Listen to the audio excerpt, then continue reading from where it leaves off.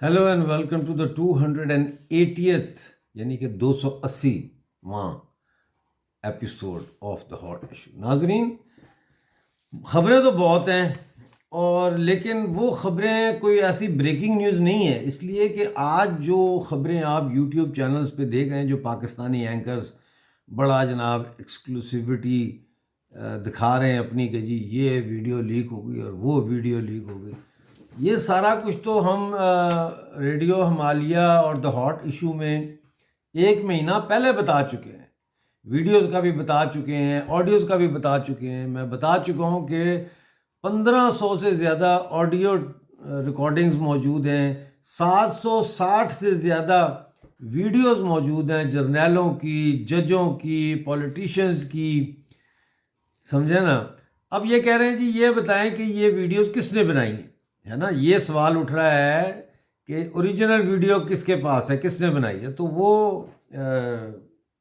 Videos یہ جو اب آ رہی ہیں سامنے اور آڈیوز، یہ آئی ایس آئی نے اور ایم آئی نے خود بنوائی ہیں، کیونکہ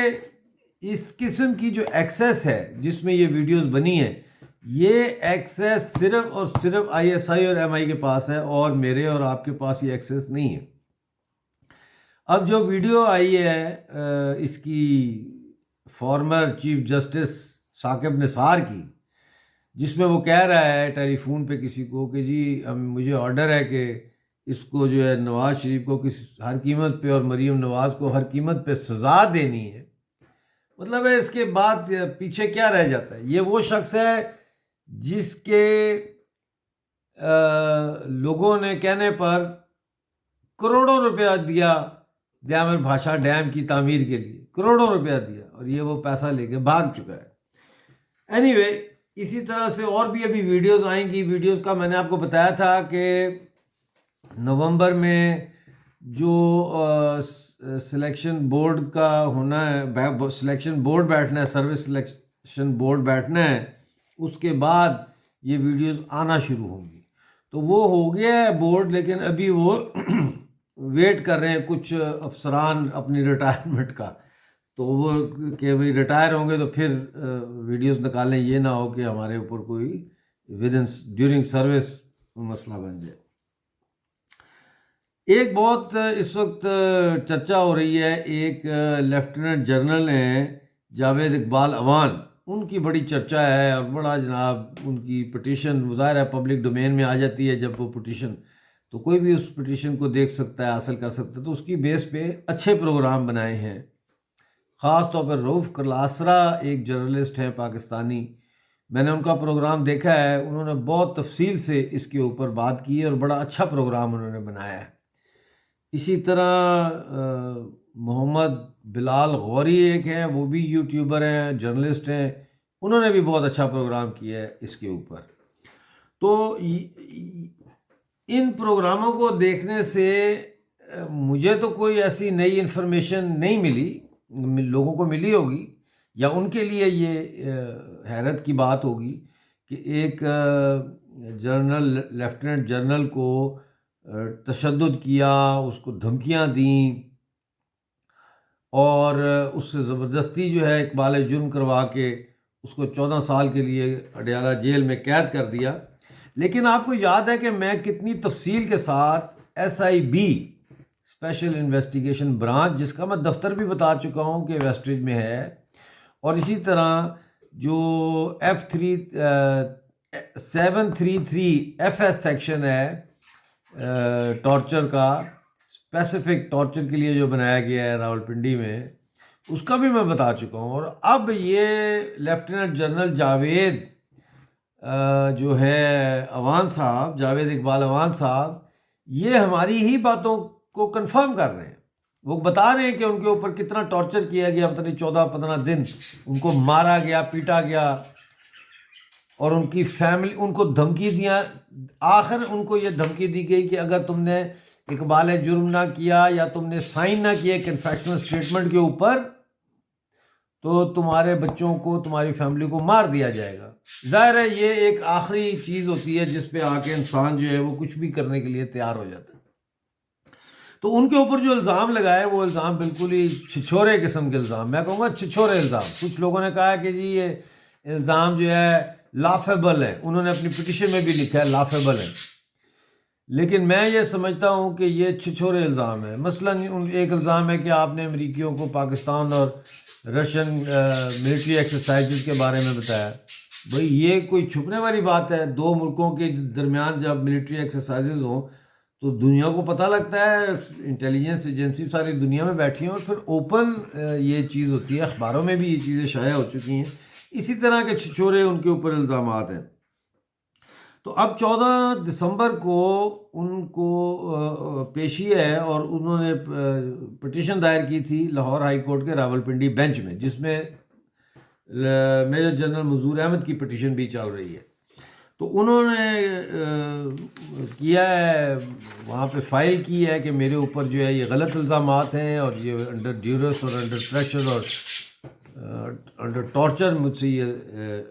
لی گئی ہیں کنفیشنل اسٹیٹمنٹ. تو اب عدالت نے ان چاروں کو جن کو انہوں نے پٹیشن میں نامزد کیا ان کے اوپر جو ہے ان کو نوٹسز جاری کر دیے ہیں، اور یہ بڑی اچھی بات ہے. لیکن دیکھتے ہیں کہ اس کا رزلٹ کیا ہوتا ہے. میں آپ کو بتا دیتا ہوں کہ عدالت میں فیڈریشن آف پاکستان کا ایک نمائندہ آئے گا، ایک نمائندہ ہوگا فیلڈ جنرل کورٹ مارشل کا، ٹھیک ہے، اور ایک ہوگا کورٹ آف اپیل کا جو پریزائڈنگ آفیسر ہے وہ آئے گا، اور جج ایڈوکیٹ جنرل آئے گا. ان لوگوں کو تھرو ڈیفنس منسٹری اور تھرو جی ایچ کیو عدالت نے نوٹسز جاری کر دی ہیں کہ they have to appear in the court on 14 December. تو یہ جو میں ایک اکثر لوگ مجھے پوچھتے ہیں ویڈیوز کا، دیکھیں میں آپ کو بتاؤں، جب آپ کسی کے اوپر ظلم کریں گے اور اپنے لوگوں پہ ظلم کریں گے تو آپ کے اپنے ہی لوگ ہیں فوجی، ان جو ڈی جی ایم او بھی رہے ہیں، آئی ایس آئی میں بھی رہے ہیں، جو یہ ساری چیزیں اور یہ ساری وارداتیں جانتے ہیں، اور انہوں نے بڑے اچھے طریقے سے ان کی کاپیز بنائیں، ان کو وہاں سے پروکیور کیا. اور اس وقت ہماری جو اطلاع ہے اس کے مطابق ہمیں یہ بتایا گیا ہے کہ تقریباً 69 پورنوگرافک ویڈیوز ہیں فوجی جرنیلوں اور ججوں کی، جو اس وقت نواز شریف صاحب کے پاس موجود ہیں. ایکسپلوسیو ویڈیوز کہا جا رہا ہے ان کو. تو یہ جبری ریٹائرڈ اور جو آپ نے بے عزت کر کے ڈسمس کیے ہیں فوجی افسران، تو یہ ان کا کارنامہ ہے کہ انہوں نے جناب آپ کے اوپر وار ایسا کیا ہے کہ آپ اس سے بچ نہیں سکتے. اسی طرح سے میں آپ کو یہ بھی بتاؤں کہ جو ایڈجوٹنٹ جنرل ہے، کیا نام ہے اس کا، محمد عاصم ملک لیفٹیننٹ جنرل، اس نے چیف ملٹری کمانڈر جو ہے چیف ملٹری کنٹرولر جو ہے C M A, pay and pensions والے، اور اکاؤنٹس ڈائریکٹوریٹ میں جو پی پی این اے ڈائریکٹوریٹ بھی کہلاتا ہے، ان کو کہا ہے کہ جو جبری ریٹائر اور ڈسمس کیے گئے فوجی ہیں ان کی پینشنز اور مراعات بند کر دیں. مراعات کیا ہے کہ بیمار ہو گئے تو سی ایم ایچ میں جا کے مفت علاج ہو جاتا ہے، یہی ہے اور کیا ہے. تو وہ یہ سارا انہوں نے بند کر دیا. گھر ان کے واپس لے رہے ہیں، اور پلاٹس ان کو جو دیے گئے ہیں، جیسے جب آپ کی پروموشن ہوتی ہے تو آپ کو ایک پلاٹ دیا جاتا ہے، کسی وقت آپ اگر بڑے پروموشن ہو تو 2 پلاٹ بھی دیے جاتے ہیں ڈی ایچ اے میں، وہ واپس لینے کا سسٹم شروع ہو چکا ہے. پھر جنرل باجوہ نے اور جنرل عاصم نے یہ بھی ایم آئی اور ایس آئی بی کو اور آئی ایس آئی کو یہ ٹاسک دیا ہے کہ آپ جبری ریٹائر اور ڈسمس کیے گئے جو فوجی افسران ہیں، خاص طور پر خیبر پختونخوا، سندھ، بلوچستان، پاکستانی مقبوضہ جموں کشمیر اور پاکستانی مقبوضہ گلگت بلتستان سے تعلق رکھنے والے ان کے گھروں پہ آپ چھاپے ماریں اور خوفزدہ کریں ان کو. ناظرین، پروگرام ختم کرنے سے پہلے میں آپ کو یہ بتا دوں کہ اس وقت اسلام آباد میں گورنمنٹ امپلائیز کا دھرنا پارلیمنٹ ہاؤس کے سامنے جاری ہے. انہوں نے اپنے مطالبات کے لیے کل بہت بڑا مظاہرہ کیا ہے، جس میں انہوں نے باجوہ، پرائم منسٹر، یعنی کہ جو گورنمنٹ کے افسران ہیں ان کو اوپنلی چیلنج کیا ہے. اور وارننگ دی ہے، اور انہوں نے کہا کہ ہم جو ہے ہماری جو یہ پروٹیسٹ ہے یہ جاری رہے گی جب تک ہمارے مطالبات منظور نہیں ہوتے۔ مطالبات میں ایک تو سکیلز کا ایشو ہے کہ کئی سالوں سے لوگ جو ہے وہ ایک ہی سکیل میں پڑے ہوئے ہیں، ان کی پروموشنز نہیں ہو رہی، اور دوسرا ان کی تنخواہوں میں اضافے کا مسئلہ ہے، مہنگائی الاؤنس کا مسئلہ ہے، and so on and so forth.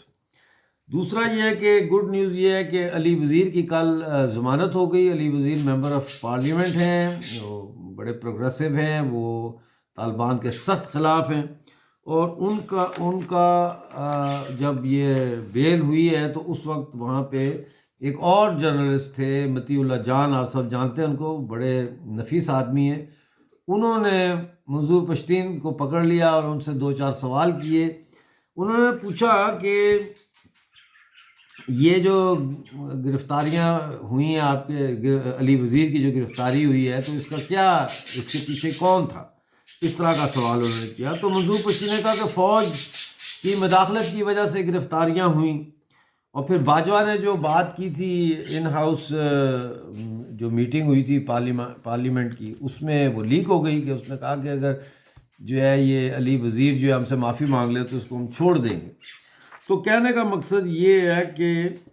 یہ اس وقت کی ساری صورتحال ہے۔ اس کے ساتھ ساتھ میں آپ کو یہ بھی بتاؤں کہ پاکستانی مقبوضہ بلوچستان میں ملٹری ایکشن زوروں پر جاری ہے۔ پنجگور میں لوگوں کے گھروں کو جلایا جا رہا ہے، مسمار کیا جا رہا ہے، کنوؤں میں زہر ڈالا جا رہا ہے، عورتوں کو اغوا کیا جا رہا ہے، نوجوان لڑکوں کو، حتیٰ کہ بچے 14 سال کے بچوں کو اسٹریٹ فائر مار کر قتل کیا جا رہا ہے، لوگوں کو اغوا کیا جا رہا ہے، فوجی کیمپوں کے اندر ریپ سینٹر کھولے ہوئے ہیں جہاں یہ عورتوں کی اجتماعی عصمت دری کر رہے ہیں۔ مجھے بہت افسوس ہوتا ہے یہ خبریں پڑھتے ہوئے، کیونکہ میں ان کو بھی اپنی مائیں اور بہنیں ہی سمجھتا ہوں، اور یہی وجہ ہے کہ میری جدوجہد اس وقت تک جاری رہے گی جب تک پاکستانی فوج کے شکنجے سے ہم سب آزاد نہیں ہو جاتے۔ آپ سب کا آج کا ہاٹ ایشو دیکھنے کا بہت بہت شکریہ۔